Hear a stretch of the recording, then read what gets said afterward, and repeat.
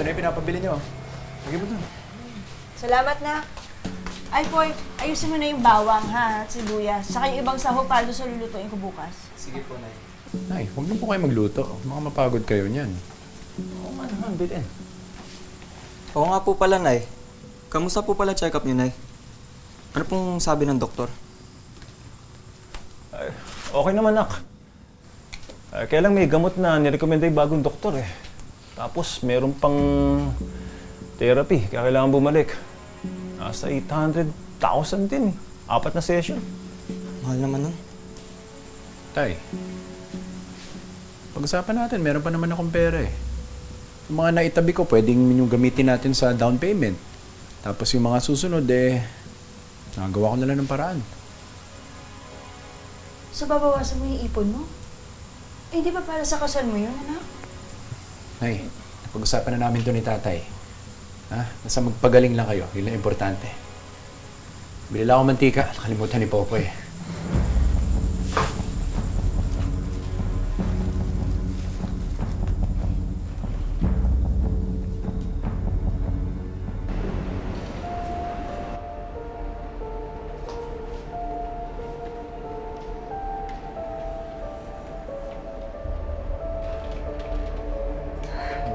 Nay, saka pupunta. Uuwi na. Eh, ang daya niyo naman eh. Sabi niyo, bibisita lang tayo kay Nanay Isin. Tapos yung pala, dito niyo ako dadalhin. Nag-usap na kami ng mga anak mo. Nakapag-desisyon na ka na dapat simulan mo na yung treatment mo kay Doc Chamson. Tsaka, naka-schedule na tayo sa clinic niya eh. Tara na. Ayoko nga eh. Bakit ba marunong pa kayo kaysa sa akin? Nay, di ba nag-usap na tayo? Ang pera lang yung problema, di ba? Ako na nga po yung sasagot. Wala na ba talaga akong karapatan na magdesisyon para sa sarili ko, ha, anak? Kapag ako, hindi niyo hinayaang umalis dito. Nag-iskandalo ko. Belen naman. Belen. Nay, bakit? Nay, bakit po? Belen? Nay! Nay! Belen! Belen? Nay! Nurse! Nurse! Doc! Nay! Belen! Nay! Alex, Rose, kamusta si Nanay Belen? kasama niya si tatay sa loob. Isa lang daw kasi yung pwede pumasok eh. Kailangan ba daw siya i-confine? Hindi naman. Low blood lang daw siya kaya medyo nahimatay. Pero pag naayos na yung BP niya, baka pwede na daw siyang pauwiin. Buti naman. Buti na lang, ganun lang yung nangyari kay nanay. Kasi baka pag medyo lumala pa yung pakiramdam niya, hindi ko alam kung baka hindi na maging sapat yung ipon ko. Pero kailangan ko na talaga maghanap ng trabaho.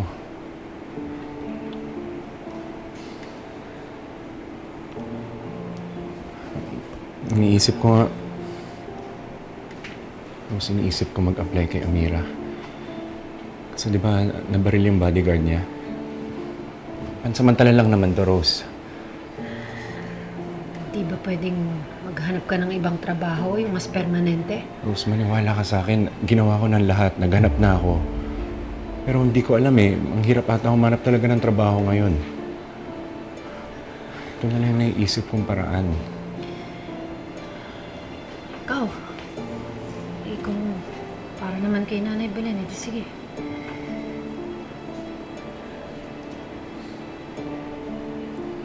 Rose, salamat. Salamat. Alam ko naiintindihan mo. Salamat. Pero tandaan mo ha, hindi ako komportable sa ganitong setup.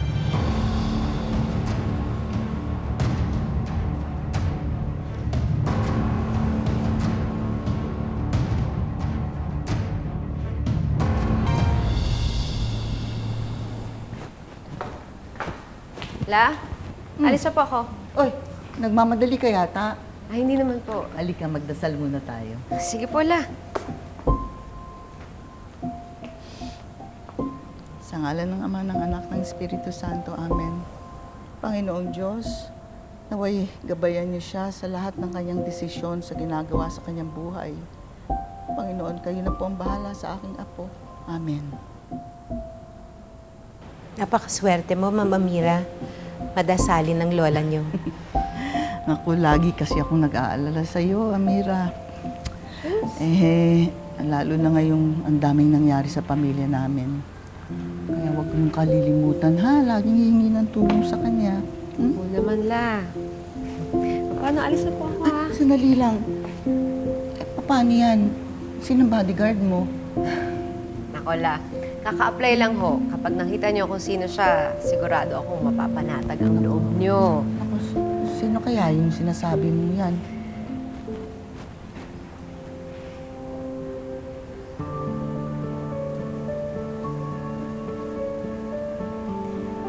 Ano? Ay, Magandang araw po, Lola. Ano, Mira, saan tayo? sandali. Itong bago mong bodyguard, ha? Pansamantala lang po. Ay, naku, Amira. Gawin mo ng permanente to, ha? Tama ka, tama ka. Ngayon, mas panatag ang loob ko. Oh, sige, ha? Ay, siguraduhin mo, ha? Hindi malalagay sa pahamak yung aking apo. Posible po yun, Lola. Mas madalas ko nang makikita ang anak na nakapatay sa'yo, mahal ko. Pag-usapan natin to para mo ng awa kami. Sarap po! Dad!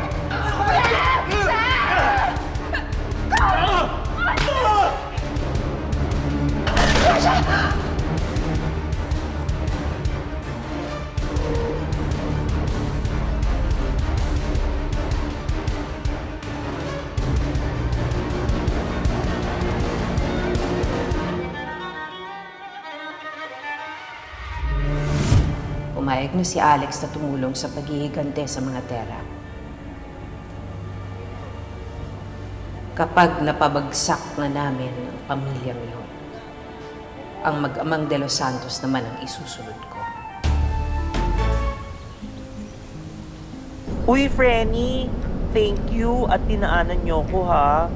Gustong-gusto ko talagang makatulong dun sa mga dating kabarangay niyo. Wala yun, Linus. Ikaw pa ba? Grabe yung daan. Scary. Linus, pagdating natin doon, i-check mo yung kailangan ng ibang tao, ah. Baka kasi maging sobrang busy tayo sa pagbibigay ng mga gamot, hindi natin mapansin yung ibang pangangailangan nila. Walang problema, Frenny. I got that. Diba? Hirap ng daan dito. Nandito talaga dito. Sabi nga ni Mang Esto, mahirap makapunta dito yung ambulansya eh. Kahit nga signal, wala sila doon eh.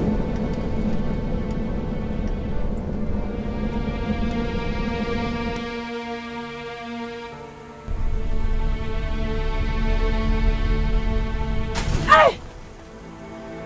Ano nangyari? Dali, titignan ko. What's...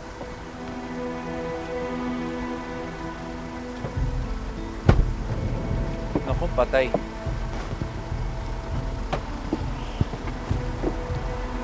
What happened? Ano, Alex? Paano yan? Balahaw ata tayo. Grabe naman kasi mga daan dito eh.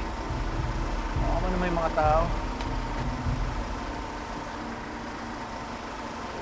Teka, gawa ko ng paraan. Dito muna kayo. 200 dito eh. Parang ang lalim ng pagkalubog.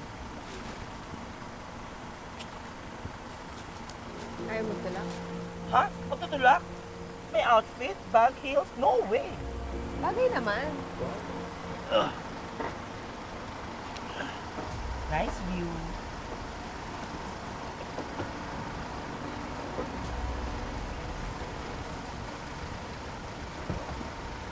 Tabi kayo ah, baka dumihan kayo. Ganda yung ex mo kasi. May outfit. Go, Alex!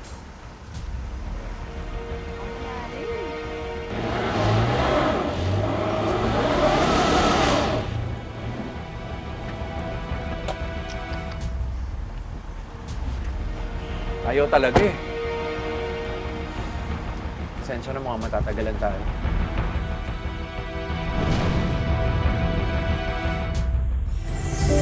tumira dito. Isip ko yung buhay natin dati. Hoy, Lirio. Hindi ka naman nakikinig sa mga sinasabi ko eh. Pasensya na. Sinusubukan kong tawagan si Alex. Oh, bakit hindi mo tawagan yung kapatid mo? Sama bang magduda, ha? Depende. May tiwala ka ba kay Alex?